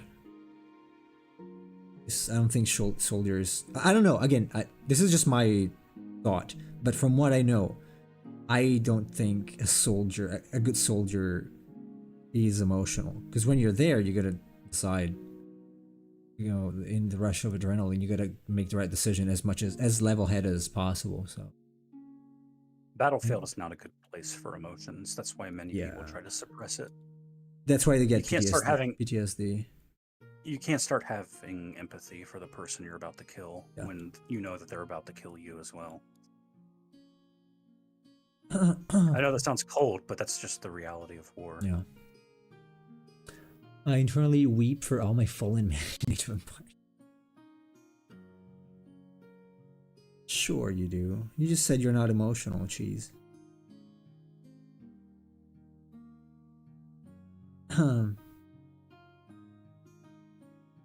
More than being emotional, neuroticism is about being a worrier, one that worries, versus one that doesn't, and doesn't plan ahead. That's why you plan ahead, because you worry that something might happen. But I know Cheese likes to plan ahead to a degree, so might be in the middle. Well, he likes to play lots of RTS games, so yeah, might not be that emotional, but still likes to worry about things, to think ahead. Because worrying does not necessarily have a negative connotation. Worrying is useful. It's absolutely useful for survival. Worrying is also, I'm not hungry now, but I know it's gonna rain and I'm out in the wilderness. I'm gonna get some food now before it rains so I don't have to go out later and, get sick. That's what saves your life. Actually trained to be in an anti-terror force, but trained doesn't mean I can handle being under fire. Yeah, training and reality are different, as any police officer will tell you. No. Sad reality. Okay, we have to do here. I mean, the reality is that when you go into a simulated training facility or sequence like that, I mean, at the end of the day, internally, you know that there's no real danger because you're not going to get killed while they're doing training for you. That's different when you're out in the streets dealing with real people, especially real dangerous people. Yep. Can be a dangerous place. That's our last hope. For what? To paraphrase the Joker and the Dark Knight, do you want to know how many of your friends were begging for their life before I killed them? Which of them were cowards? Boot camp situation? Yeah, you still know it's a boot camp. It's not, you don't get, it can be useful, it's better than nothing, but nothing is a good substitute. Is that there is no real alternative to the actual experience. If you want to know, which is not to deny what I said about books, right? It's obviously not the same thing, but you can get a good idea. I didn't make the cut for the most top reason they changed the height required. Oh, you wanted to be a soldier? Okay, I see. Oh, there you go. Actually trying to be anti. That's what you read. Okay. Okay. Yeah, sorry, I missed that. I thought Cheese said that. Is this you, John Wayne? Yeah. Mr. Wayne. John Wayne though, not Bruce Wayne. Even Bruce Wayne though.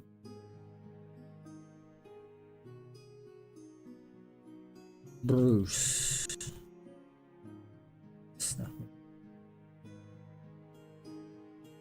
Do this tomorrow too, because I want to start with the grayscale. I don't know if I want to ink it.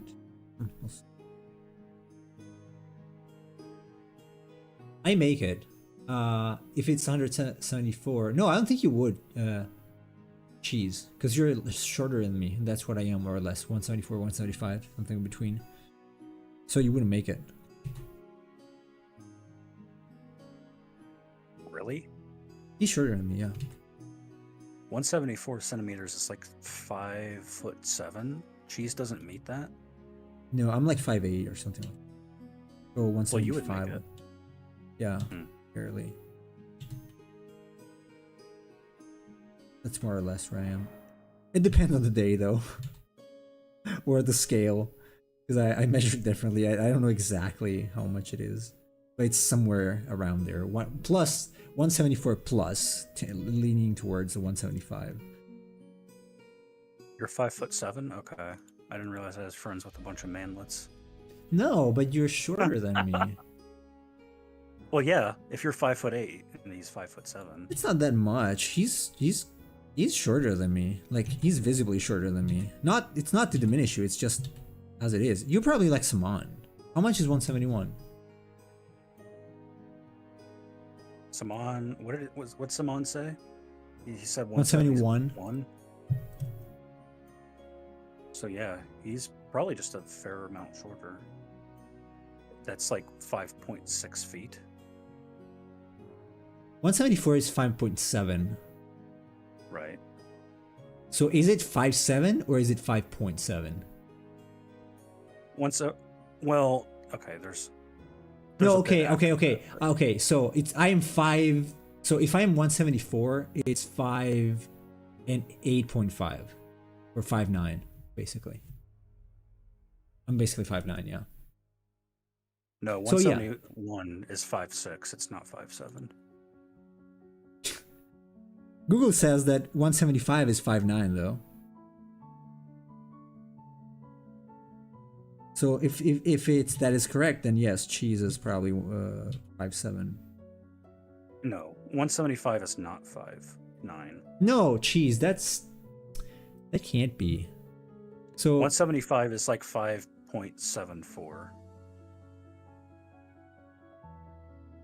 okay, point. But is it like I never understand like how you count that. I know it's 5 point something, but is 5.7 the same as 5'7"?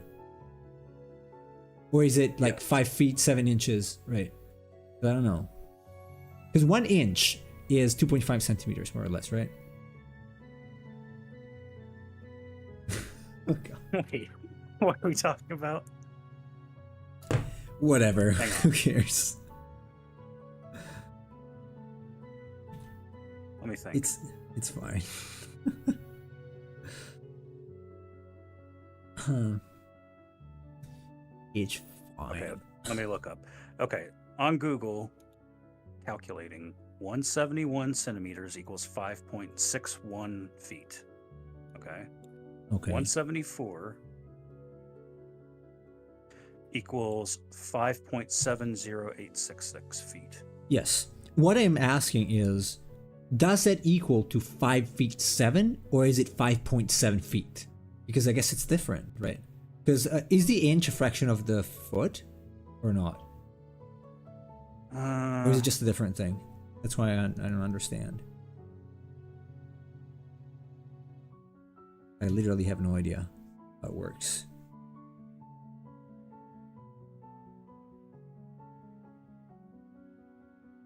Huh. You're all confusing me. So. Me too. I didn't sleep, so it's whatever. Like, I don't care.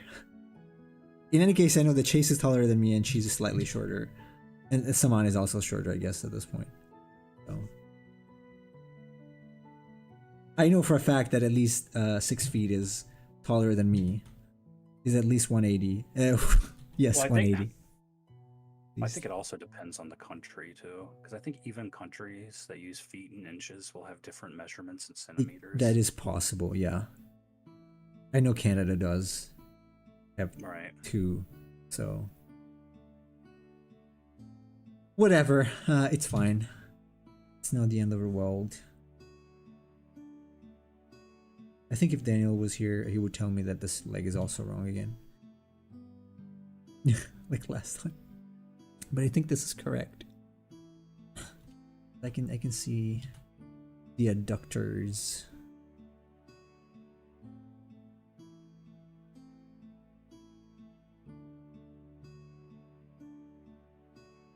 Ovo.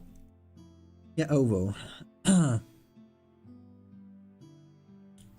Ovo indeed, sir. Ovo indeed. That's a great woodwind instrument.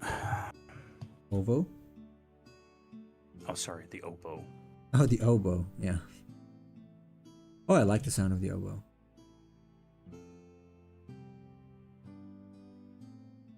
It's what they use for the movie The Mission, or the missionaries instrument. Like it's the instrument the missionary plays. It's really sweet melody. You And it love gives a oboes. Does that mean you're an oboe-sexual? Jeez. What is a bassoon? Is it like a baboon version of the bass? The bass? No. It's another woodwind instrument. It's called bassoon or bassoon? Like a bass. Bassoon. Bassoon, okay. The name though.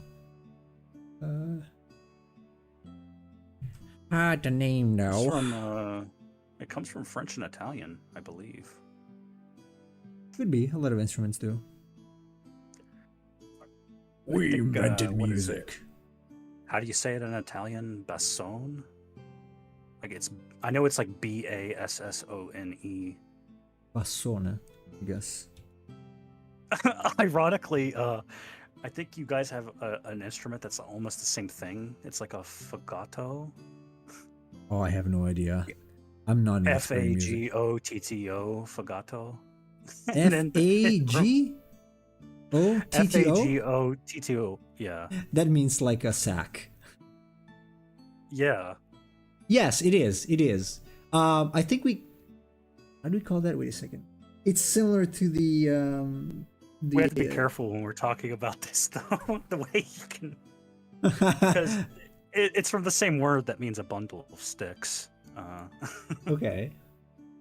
Yeah, woodwind's instrument. I'm more of a strings kind of guy, but I thought you were a piano guy. Cheese. Be careful to what you say, please.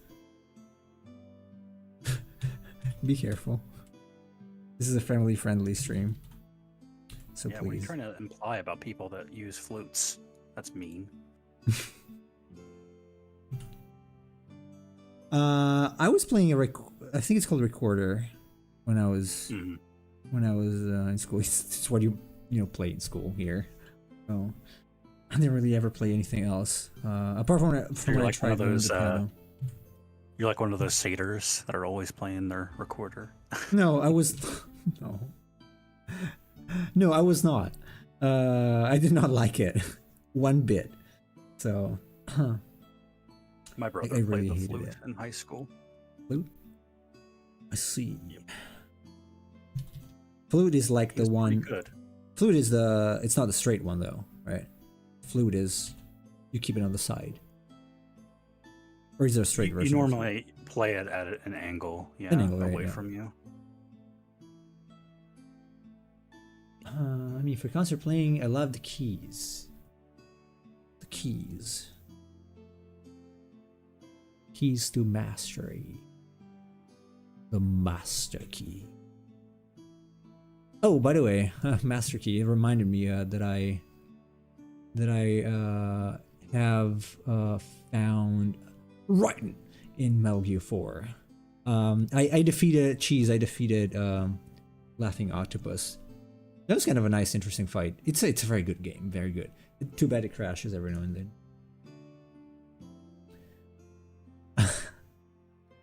Some. It's fine. It's okay. We don't need to know anymore. Let's just take it for granted that someone is taller, someone is shorter, and that's it. And then is all there is to it. No more. No more. Now, I always have this problem with the knees, with the shins.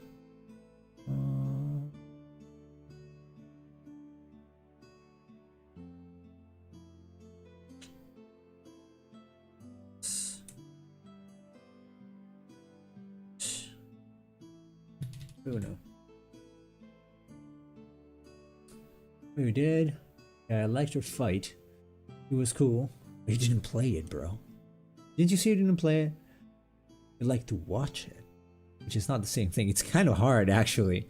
I had to use an RPG to take her down. I literally RPG'd her face, which is kind of unrealistic. Like, I had to shoot rockets at her. Didn't you say you didn't play Metal Gear Solid 4? Or did you? Or was it another game you did not play? I thought you said you didn't play it. Or am I getting confused? I don't know if it's true or not. I saw something about the new collection comes with a trigger warning at the beginning for outdated content. Like because it's triggering people? Or what? Or maybe the sexuality or things like that. Right, it's outdated. I can't say this. Can't say. Oh, you beat 4. Okay. Beautiful women are outdated. I guess, yeah, also. Actually, I left the stream to look at it. Yeah, don't worry about that, Saman. Don't worry about that, really. It's not that important anyway. It really isn't. It's a trivial matter. A trivial matter. I have to decide here whether I want to draw wrapping lines or whether I want to draw scales, because I've been doing both and it doesn't play out really well. Damn.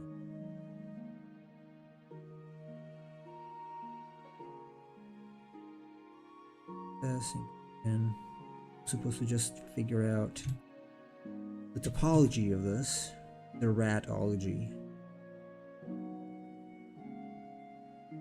Hey, whatever. Your mind went to Eva. Oh, you're into older ladies? I didn't know. Yeah, isn't she a grandma in 4? She Why is. are you into grandmas? She's Big Mama. Big Mama, that's right. You know who Eva reminds me of and Snake Eater is actually that character in 13. I don't know if Nemo Which saw one? her or not, but like the blonde-haired lady, the with the glasses, I don't think I did, no. they look almost identical. Really? Go figure. What's her name? Like Jill Nabat? Let me look her up.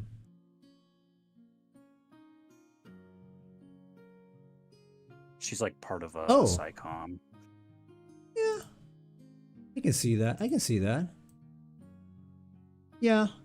She looks kind of cuter than Eva, though. I felt like Eva was looking a little too... She looked weird to me. Yeah, she looked kind of strange. A little too white-ish, I don't know.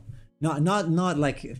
You're gonna hate me because I'm insulting people with fair skin. No, that's not what I mean. Like, too white, literally. Like, she was too white overall.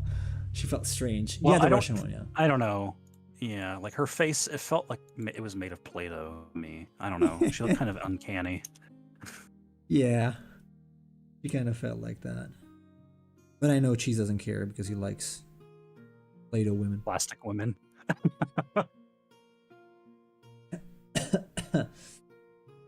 I'm a big man. Ooga boga. Burn trigger. Speaking of triggers, trigger warning. Yeah, she's older than 4, obviously, but she was nice and Snake Eater. I don't know. She didn't feel particularly attractive. She didn't look attractive to me, not that much.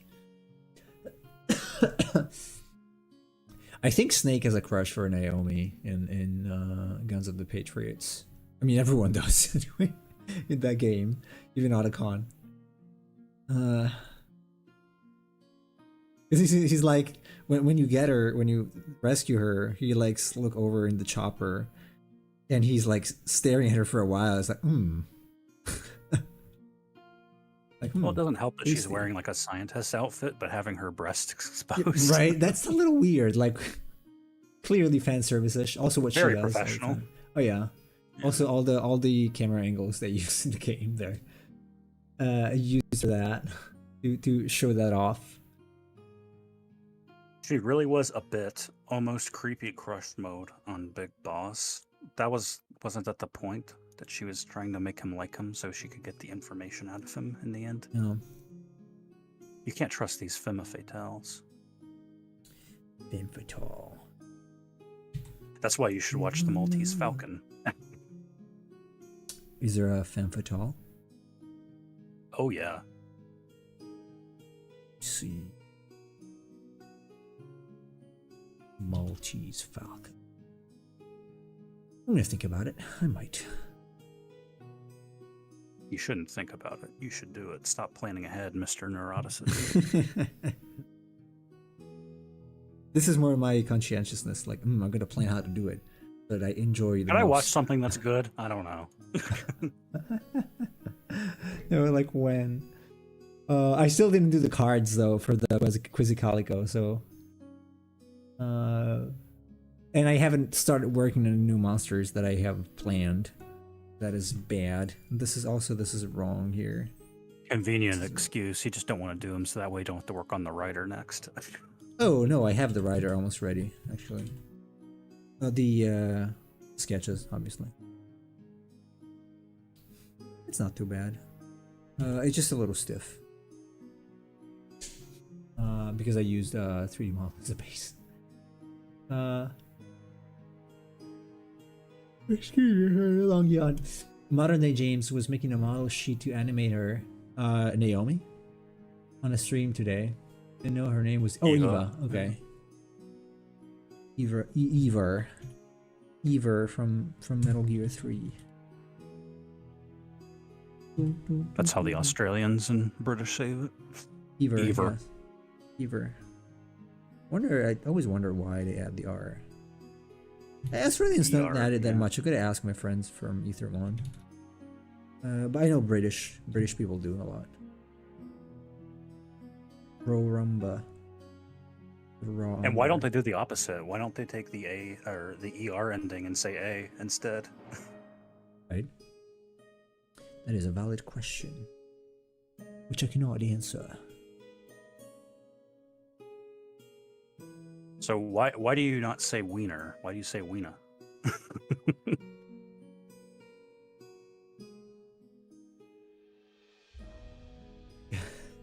Austin Powers. You mean Austin Powers? Oh, Austin sounds like Austin Powers. someone who deals with oil production or marketing. Well, Ostan is the Irish word for hotel, so maybe it's somebody Really? who... Yeah. I had no idea. No idea. I had no idea. No idea. Or deers. Hope Chris and Sarah aren't listening to this. Never want to come on the show. Nah, it's fine. They're chill.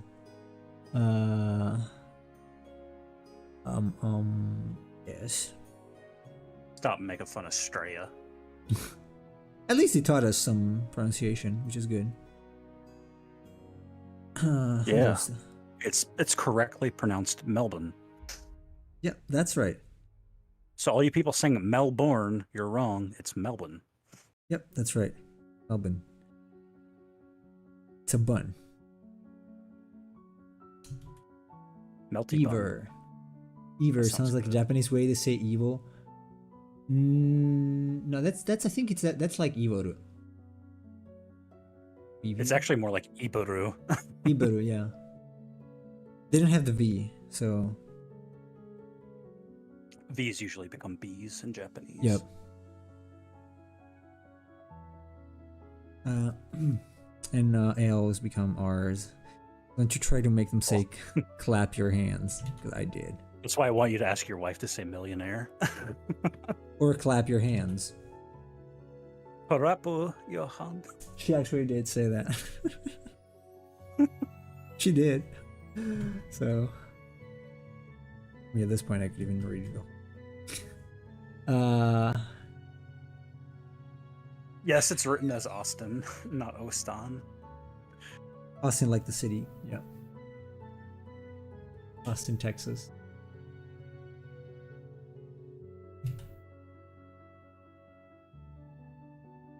Again, trying not to make the same mistake I usually do here. So, because I usually make a pretty bad mistake here. I think we're gonna continue with this tomorrow because I want to try to at least think it. I don't know. I'm getting so anal about this sketch, like this phase of the sketching, that some of these do not even need inking. Like extra flavor, but it doesn't really. It gives it, yeah, some extra polish, but I pretty much have everything. W's become V's in Turkish. They can't handle the W. Well, W is just two V's. Yeah. So it should be But it is funny. It should be they not can't handle the U. W. The Turks are always taking L's, it seems. You mean the turkeys? That's right. People from Turkey are turkeys. Yeah. It's a sequitur. It makes absolute sense. This whole conversation is a non sequitur.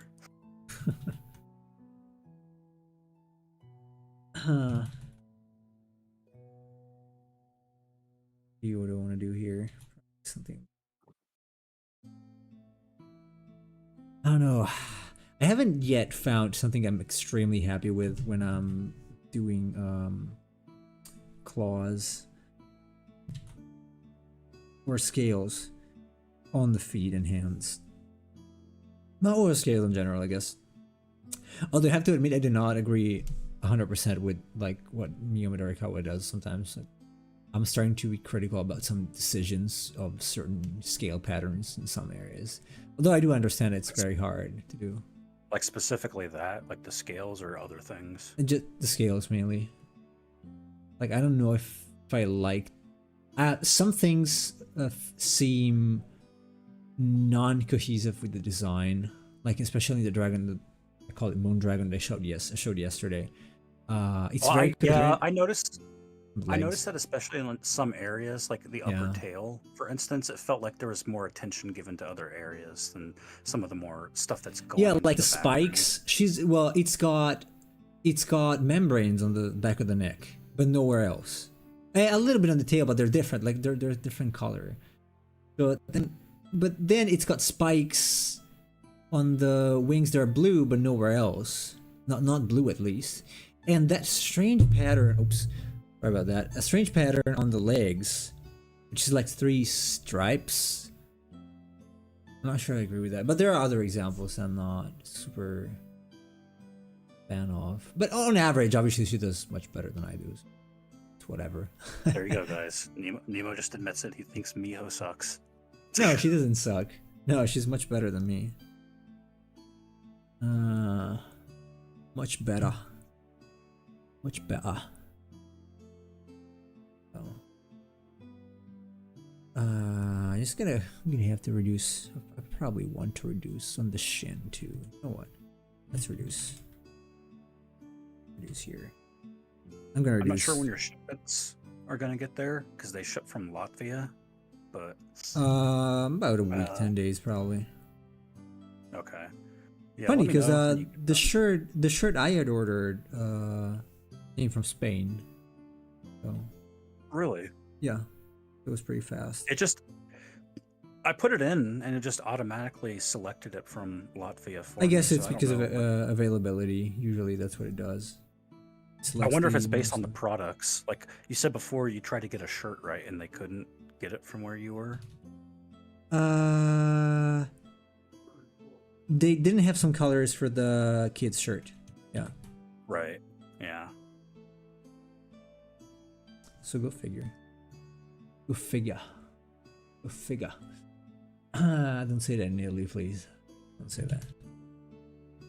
Go figure. Yeah, don't say that. You Why? can't say that.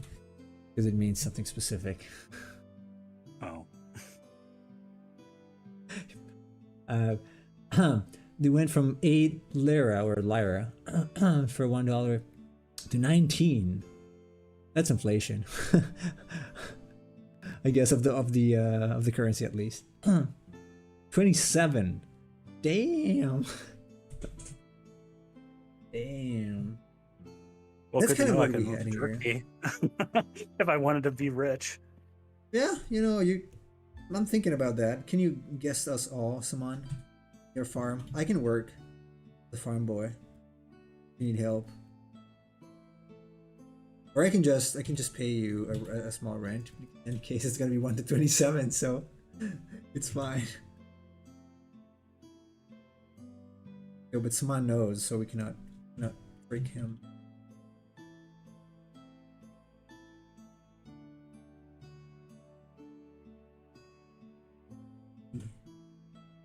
Those. Score. Anyway, it's 11. So tomorrow I'm gonna continue with this. I'm pretty happy with how it's looking. If I get rid of that, I think it's looking very good. I like the fact that the shoulder kind of protrudes forward. It's a little different than usual. Yes. Okay, everybody. It's hot. It's less hot than usual because I'm keeping the doors open. So it's fine. I don't think I'm gonna raid. I'm not a good raider, I guess. So everybody, thank you very much for being here with me. I appreciate your company. We had a very interesting conversations, and I think you're banned Grom entering Turkey. You're banned from entering Turkey. Oh, you're banned from entering Turkey. Huh. Oh, right. You said Turkey. I'm like you're the in interpreter for You're in Swan. Iraq now. Yeah. You're in Iraq now. That's right. Yeah. Oh, thank you, Bob. Thank you very Thanks much. for the fun stream, guys. What? Oh, he reads that. It reads that. I didn't even know it read that. Well, thanks to you, Bob. Yeah, that was fun. Also, thank you for joining the Discord. I appreciate that. I should try to change. I wonder if it has another voice. I wonder. We'll see. Hi, Pillow. That would be great. If I, but it's probably not. I should record myself and synthesize my voice. So yeah, thanks again, Bob. That's very generous of you. Thank you very much. I appreciate it. We're gonna be back tomorrow, same time, and gonna continue with this, and hopefully you can get to the inking part. Or I don't know if I want to do inking. Maybe I will just go to shading. Yes. So you have a good afternoon, morning, or evening, depending on where you are. And thanks again to Chase, obviously. I will talk to you guys tomorrow.